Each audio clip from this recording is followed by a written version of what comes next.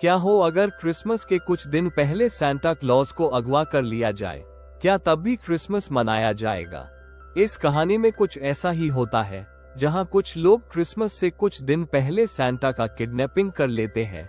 कहानी की शुरुआत में हम एक फैमिली को देखते हैं। इनके घर में आज क्रिसमस की पार्टी होती है।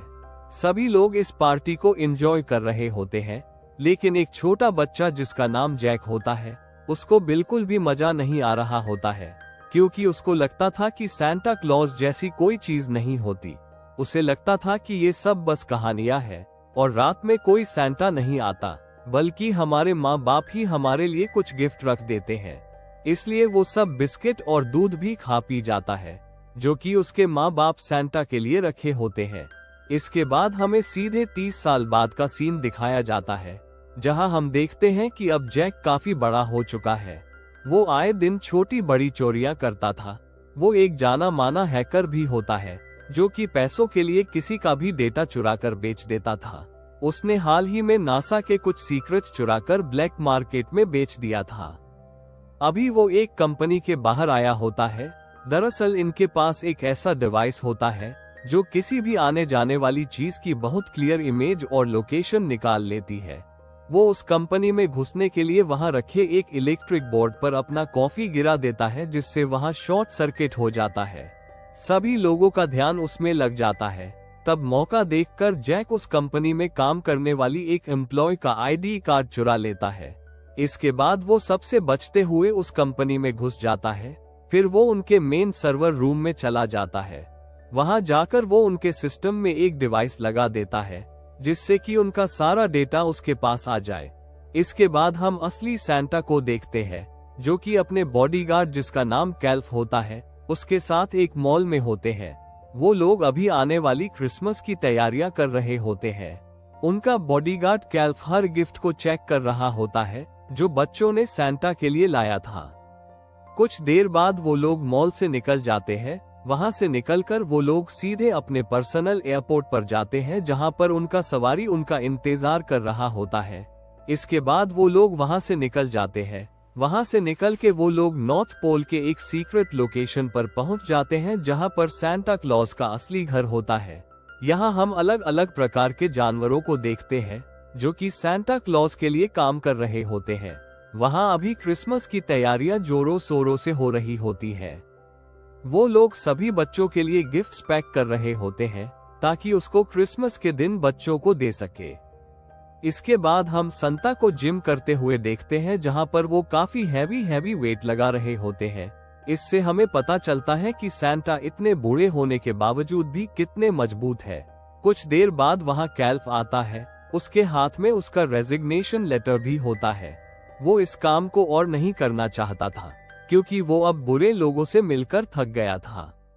दुनिया में बुराई बढ़ती ही जा रही थी। बुरे लोग और भी बुरे होते जा रहे थे। इस पर सांता उसको समझाते हैं कि हर बुरे इंसान में एक छोटा बच्चा होता है। दूसरी तरफ हम देखते हैं कि जैक ने जो डिवाइस उनके सर्वर में लगाया था, उससे उसने सांता क्लॉज का एग्जैक्ट लोकेशन निकाल लेता है और उनका कोऑर्डिनेट को ब्लैक मार्केट में कुछ लोगों को बेच देता है। इसके बाद वो लोग उस डेटा के जरिए सांता का एग्जैक्ट लोकेशन निकाल लेते हैं, जो कि इतने सालों से सबसे छिपा हुआ होता है। फिर वो लोग एक डिवाइस से नॉर्थ पोल के सिक्योरिटी को तोड़कर उसके अंदर घुस जाते हैं। दूसरी तरफ कैल्फ सोच रहा होता है कि यहाँ से जाने के बाद वो क्या करेगा, क्योंकि उसको सांता का बॉडीगार्ड का काम करते हुए आज 500 साल से भी अधिक हो गया था। वो ये सोच ही रहा होता है कि तभी उसको एक सिक्योरिटी लाइट जलती हुई दिखती है। इसका मतलब होता है कि सांता अपने जगह पर नहीं है। कैल्फ सबसे उनके बारे में पूछता है, लेकिन सबका रिप्लाई नेगेटिव आता है। इसके बाद वो खुद दौड़कर सांता के रूम में जाता है, लेकिन वो वहां नहीं मिलते। तभी उसको सांता क्लॉज के बालकनी में से कुछ लोग भागते हुए नजर आते हैं। कैल्फ दौड़कर उनका पीछा करता है। कैल्फ अपने लोगों से सारे एग्जिट गेट बंद करने को बोलता है, लेकिन वो लोग जहां से घुसे होते हैं वहां से निकलकर भाग जाते हैं। थोड़ा बहुत खोजने के बाद उनको पता चलता है कि जैक नाम का एक बंदा है, जिसने सांता क्लॉज की लोकेशन को ब्लैक मार्केट में बेचा है। फिर वो लोग सीधे उसको पकड़ने चले जाते हैं।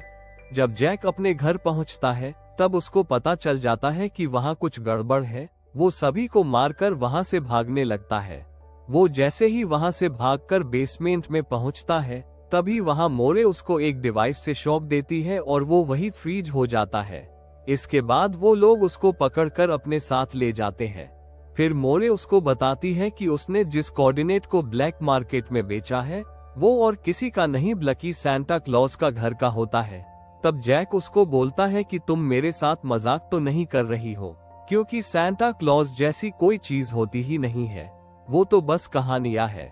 फिर मोरे उसको कुछ ऐसे क्रीचर्स दिखाती है जिसको देखकर वो काफी डर जाता है। इसके बाद कैल्फ उससे पूछता है कि उसने उस कोऑर्डिनेट को किसको बेचा है।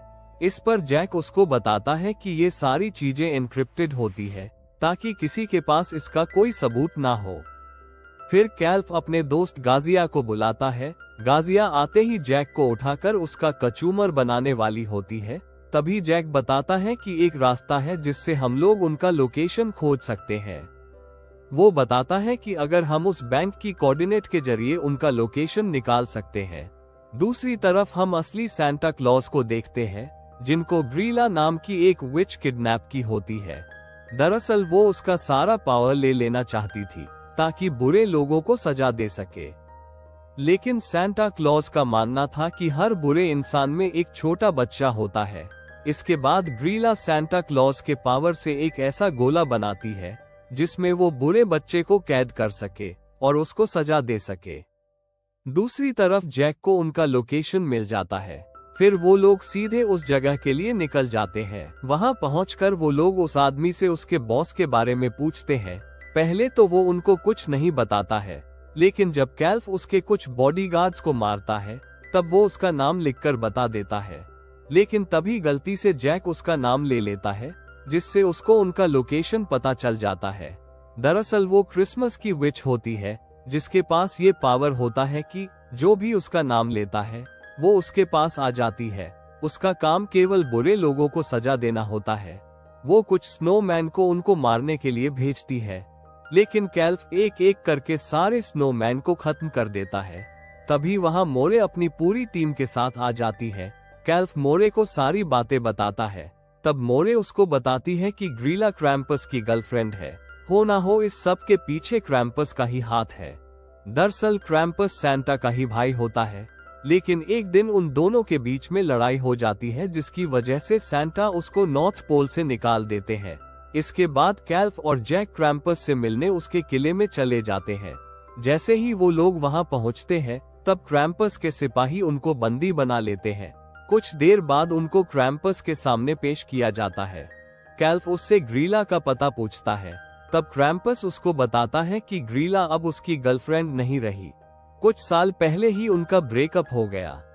इसके बाद वो लोग वहां से निकल जाते हैं। रास्ते में उनको रोड के बीचों बीच एक बहुत बड़ा गिफ्ट रखा हुआ दिखता है। जब कैल्फ उसको खोलता है तो वो देखता है कि उसके अंदर एक गोला है। यह वही गोला होता है जिसको ग्रीला ने शैतान बच्चों के लिए बनाया होता है। तभी जैक को उसके बेटे का कॉल आता है। वो उनसे बोलता है कि आप मुझसे मिलने नहीं आते और बस ये सी फालतू गिफ्ट भेज देते हैं। जैक को कुछ समझ नहीं आता है कि वो किस गिफ्ट के बारे में उससे बोल रहा है। जब वो उस गिफ्ट को खोलता है तब उसके अंदर भी सेम वही गोला होता है जो कि इनके पास होता है।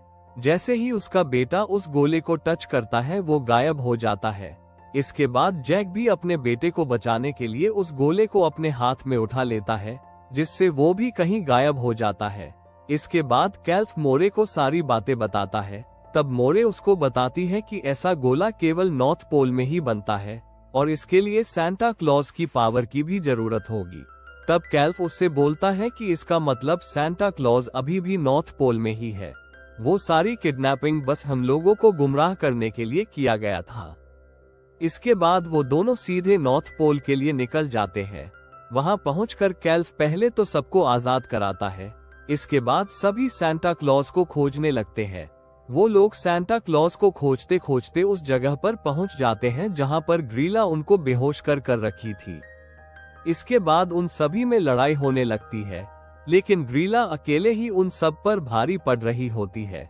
इसके बाद वो सांता क्लॉज को लेकर वहां से भागने लगती है, लेकिन तभी जैक सारे रेनडियर्स को गाड़ी से अलग कर देता है, जिसकी वजह से ग्रीला गाड़ी से नीचे गिर जाती है। फिर कैल्फ जाकर सैंटा को होश में लाने की कोशिश करने लगता है। तभी ग्रीला अपने असली रूप में आ जाती है। वो एक बहुत बड़े विच में बदल जाती है।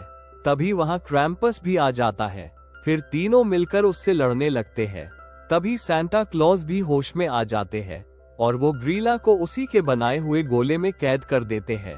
मूवी के अंत में हम लोग सैंटा क्लॉज को सारे घरों में जा जाकर गिफ्ट रखते हुए देखते हैं। इसी के साथ ये मूवी यही खत्म हो जाती है। ऐसे ही शानदार मूवीज एक्सप्लेनेशन देखने के लिए हमारे चैनल को सब्सक्राइब करें और वीडियो को लाइक करें।